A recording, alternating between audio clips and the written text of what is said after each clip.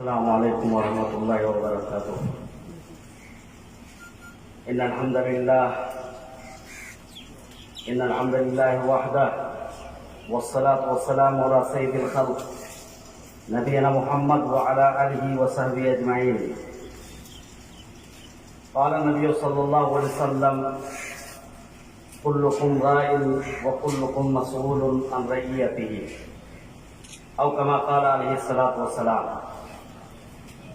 محترم صدر اجلاس، معزز و موقر علماء کرام، دور دراز سے تشریف لائے ہوئے مہمانان نظام، آج کی یہ مجلس کے انعقاد کا جو مقصد ہے یہ آیا ہے بحسن و خوبی۔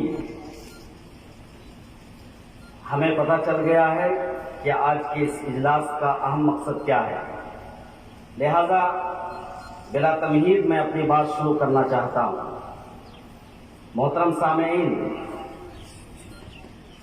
فضیلت الشیخ مفتی عبدالعزیز حقانی رحمۃ اللہ علیہ کی شخصیت جہاں ایک طرف علمی شخصیت تھی، وہیں آپ نہایت ہی خلیق و ملنسار، دور اندیش و معاملہ فہم تھے۔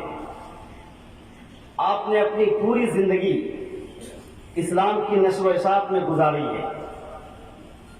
آپ کی علمی صلاحیت سے خاص و عام ہر قسم کے لوگ مستفید ہوئے ہیں، اسی لیے آپ کی خدمات کا دائرہ کئی اعتبار سے بڑا وسیع رہا۔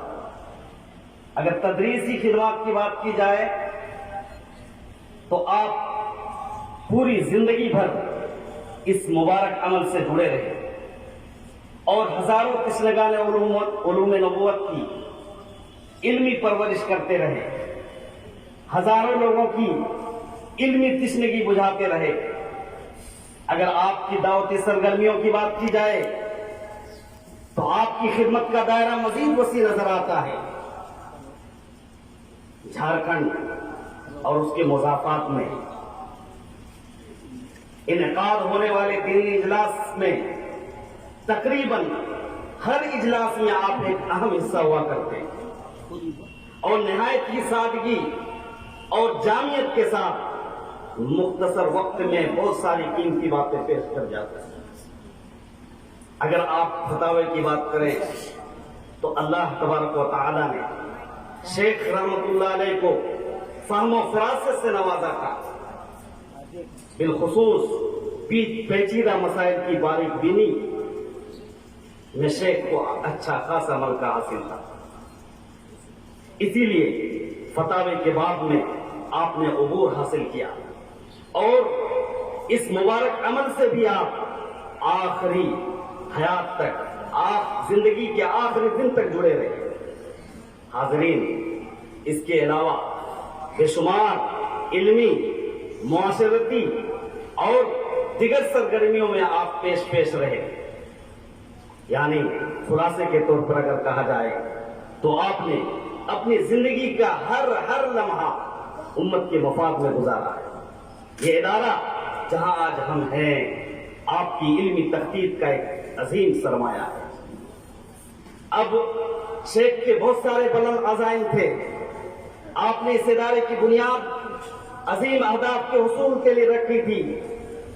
اب ان خوابوں کو شرمندہ تعبیر بنانا ہماری ذمہ داری ہے، ہر اس شخص کی ذمہ داری ہوگی جس کے دل میں شیخ کے لیے الفت و محبت ہے۔ حاضرین، اس کے علاوہ میں ادارے سے متعلق بھی چند باتیں کہنا چاہوں گا۔ حاضرین، کسی بھی ادارے کو علمی ترقی اگر دی جائے، اگر ادارے کی علمی ترقی و تنزلی دیکھی جائے تو اس کا کلی دار و مدار ادارے کی حسن ادارت پر ہے۔ لہذا اب مسئولین پر، جو الفلاح کے ذمہ داران ہیں، ان کے نہایت حساس ہونا پڑے گا اور حسن ادارت سے متعلق جو چیزیں ہیں، بہترین تنظیم، بہترین ترتیب، بہترین تحقیق اور لائحہ عمل تیار کرنا پڑے گا۔ اسی طریقے سے الفلاح کے جو اساتذہ کرام ہیں ان پر بھی اب ذمہ داری بنتی ہے۔ ایک ادارے کو اونچائی تک لے جانے کے لیے اساتذہ کرام کی کڑی محنت ہونی چاہیے، لہذا اساتذہ کرام سے گزارش ہے کہ آپ اس ادارے کو تعلیمی ترقی دلانے میں آپ کڑی محنت کریں، اور اسی طریقے سے ذمہ داران پر چاہیے کہ گاہے بگاہے ان کی صحیح رہنمائی پیش کریں۔ اسی طریقے سے ادارے کے ذمہ داران پر چاہیے کہ ادارے کا عمومی تقییم کرے، عمومی تقییم یعنی گاہے بگاہے ادارے کا جانچ و پڑتال کرے، ادارے سے متعلق جتنے بھی گوشے ہیں ہر گوشے کی صحیح تقییم ہونی چاہیے۔ اسی طریقے سے ادارے کے ذمہ داران پر چاہیے کہ علاقے کے جو چیدہ لوگ ہیں، جو عوام الناس ہیں، ان سے روابط قائم کریں۔ اسی طریقے سے ادارے کے ذمہ داران پر چاہیے کہ اپنے اندر اخلاص و للہیت پیدا کریں، اور اسی طریقے سے ادارے کے ذمہ داران پر چاہیے کہ علمی منافست پیدا کریں۔